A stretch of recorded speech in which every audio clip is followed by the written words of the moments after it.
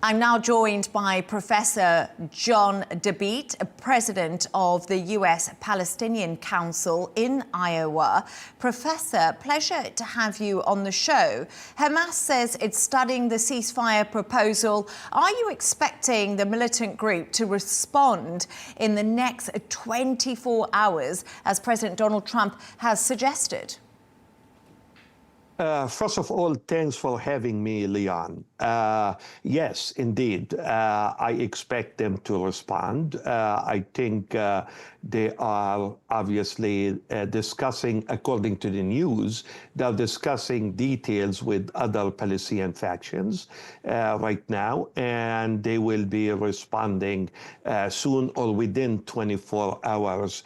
Let's look and think and talk about what's on the table right now.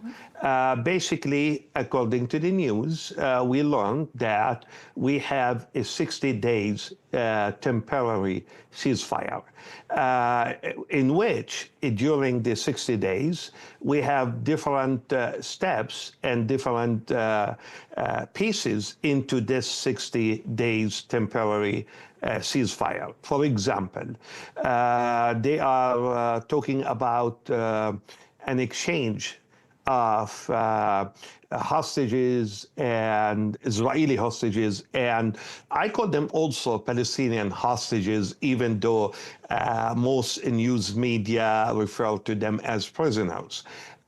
Because, you know, the Palestinians are locked into the Israeli prison against their will. For being Palestinians. Hence, I call them hostages too.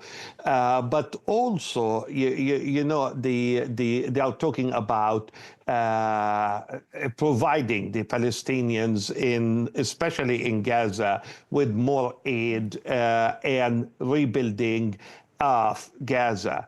They are talking about after 60 days of final negotiations that leads to a final settlement between the two. They are talking about, you know, having this, as I said, a military pause for 60 days in which during this time they will be again achieving the vision of President Trump for the cessation of hostilities, fights, ceasefire, and all that stuff. Here, at this point, it's important to stop for a second and think about the intention. Is the intention really to have a full and lasting peace? That's one question. The second question is the intention is to be very objective in brokering that ceasefire and that peace, and also consider what Palestinians went through at least the past almost 2 years. So those are very important questions that yet to answer by President Trump. So, Professor, how weakened is Hamas following the US and Israeli strikes on Iran? And after, as you said, nearly 2 years of war with Israel, what leverage does the group actually have left? Well, according to the news media, I mean, we're hearing even the Israeli military people or personnel, they are still talking about strong Hamas in Gaza. They are talking about well-organized, over 20,000 militants still fighting.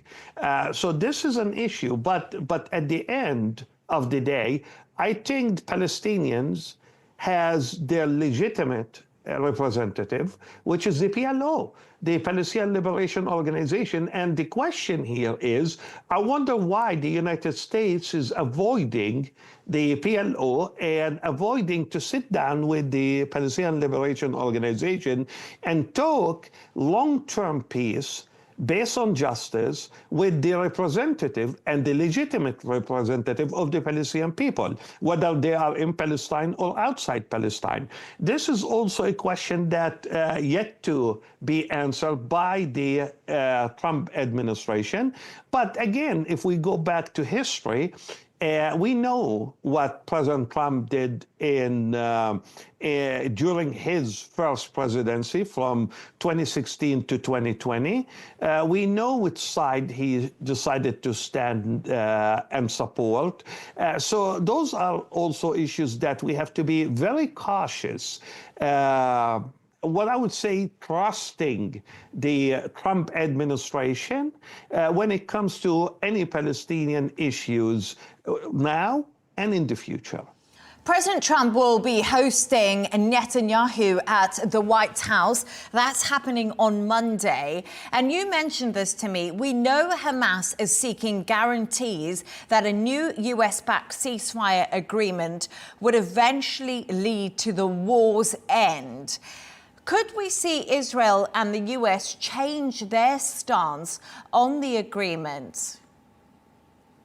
We could. You know, the issue with the President Trump administration is that every day we are hearing something different. There is what I could call, there is no political stability with this administration. So, and that's a major issue for those of us who try to analyze the political scenery. So anything is expected with President Trump. Now, based on the meeting, as you just mentioned on Monday, we're hoping that President Trump will push Netanyahu to accept a full and final ceasefire. You know, the Palestinian people suffered enough already. And we know numbers and statistics are out. We know how many Palestinians got killed and murdered during this at least the past 2 years. And I think it's time for the Palestinians to live like any other nation, like any other people, in peace that is based on justice, enjoy their homeland, enjoy their independent country, and flourish after that. But we cannot continue to accept the Israeli occupation or military occupation of Palestine and say, okay, well, let's try to put a small Band-Aid on a big wound, thinking that this small Band-Aid gonna cover that big wound. It's not gonna cover that big wound, and that's why we, the Palestinian people, are looking for a total and comprehensive cessation of hostility against them, and also an independent state where they can live like any other nation in peace and start building their future, their educational system, everything, their economy, everything that any country usually try to achieve as they are rebuilding their nation. So, Professor, I just want to put the other side to you. So we know the October the 7th attack was carried out by Hamas. It did enter Israel, took Israeli hostages and caused absolute chaos. And this is why we have seen the situation that we're in now. So globally, do you think that support for Israel is now not as strong from those October the 7th attacks after 21 months of war, after aid issues that we've seen within the country? What's the situation and the feeling when it comes to Israel now? Because there was a lot of sympathy after that October the 7th attack, which was carried out by Hamas. Yes. I have two sets of answers for your question. Number one, the Israeli-Palestinian conflict did not start on October 7th. You know, the Palestinians has been under the military occupation for the past 77 years.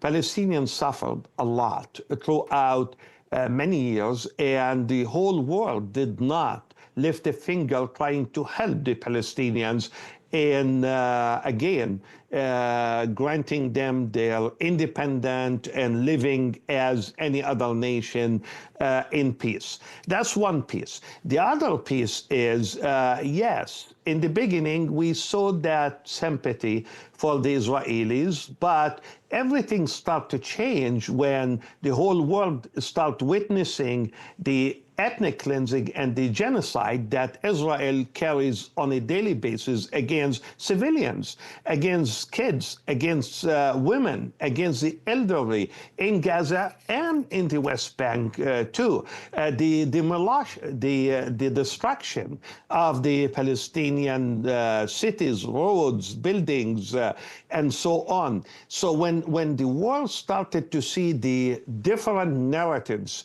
that they did not witness before, the world started to change. For example, I live in the United States, and I can assure you that right now, the support for Israel is at the lowest rate ever, because again, people through the social media and through reading in the news, the articles in the newspapers and watching the news, they started to see the real Israel. They started to see Israel who is committing a daily genocide against the Palestinian civilians. So there is a very important issue here that the demonstrations, for example, are all over the world. We witness that every day. We hear about it. We see it on TVs every day. Also, you know what happened in the United States inside the colleges and universities. Among the younger generations, and in particular the Democrats, right now almost 55% of those younger generations Democrats are standing with Palestine. Because, and not just standing with Palestine, but also they are protesting. They are going into the streets. They are raising their voice. They are raising the Palestinian flags. They are calling for free Palestine. They are calling for an end of this military occupation. So as the narrative of the Palestinian narrative started to spread around, and as people started to see what's going on in Gaza and West Bank, we started to witness a shift in the way people sees that conflict, and a shift in the way that people started to react to this, genocide and ethnic cleansing against the civilian Palestinians. Professor, I've spoken to many people from within Israel about the situation, and they would argue that Israel has the right to defend themselves against Hamas and the Iranian proxies within the Middle East. We've seen the Houthis, Hezbollah, Hamas, etc. And they would also say that Hamas are terrorists who are using the Palestinian people as human shields. What do you make of this argument?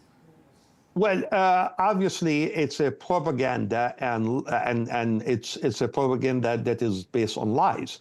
The Israelis are trying to find every single way to justify the killing and the ethnic cleansing of the Palestinian civilians. I mean, it's no strange to all of us to say that, for example, from day one, the Israeli defense minister made it very clear that the Palestinians are animals. He made that statement, not the Palestinians, nor the Americans, nor anybody else. And he called for the cutting the water, the food, medicine, and everything on Gaza. This is, according to international law, is basically an ethnic cleansing, is genocide. We know that several countries, including South Africa, decided to go to the ICJ and launch a case of genocide against Israel, and in particular against Netanyahu and his defense minister. We hear every day statements that are totally ugly statements, I call them, from Smotrich and Ben Gvir against the Palestinian population. Now, if they are talking about Gaza and Hamas, but why they are doing a lot of destruction and killing and detention for Palestinians in the West Bank? So in the West Bank, as you know, the Palestinian Authority are in charge with the West Bank. But we are witnessing also a daily incursion against the Palestinian cities in the West Bank, a daily killing and destruction in the West Bank. So basically, the Israelis are free to share their propaganda, but it's up to people all around the world to believe it or not. And as a person who lives in the United States and witnessing firsthand what's going on in the United States, I see that more and more people around the globe and in the United States are now standing with the Palestinians against the Israeli destruction. Professor John Dabeet, president of the US Palestinian Council in Iowa, thank you for joining us.